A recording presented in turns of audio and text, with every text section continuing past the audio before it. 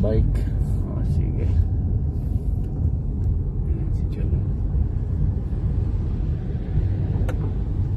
Ayan si Dory. Na-pressure lang ako. Na-pressure na si Dory sa kanyang maneho. So, ibig sabihin, nag-drive na si Dory from saan ba nanggaling? New Washington hanggang... Ay, yan ba yan sa YouTube? Oh, no. Hanggang...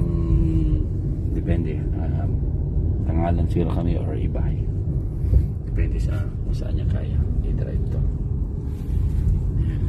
Pero ibig sabihin, ang galing niya na mag-drive. Talagang, ito sasakyan niya na dinadrive niya ngayon. Nagsimula kami sa Nissan Navara, lumipat kami sa sarili ng sasakyan. Kumusta naman yung drive mo, Doors? Okay naman?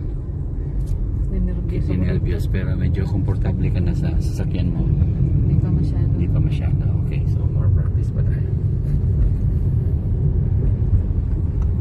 Sige lang. Yan, alerto ka dapat sa mga lumalabas na sasakyan.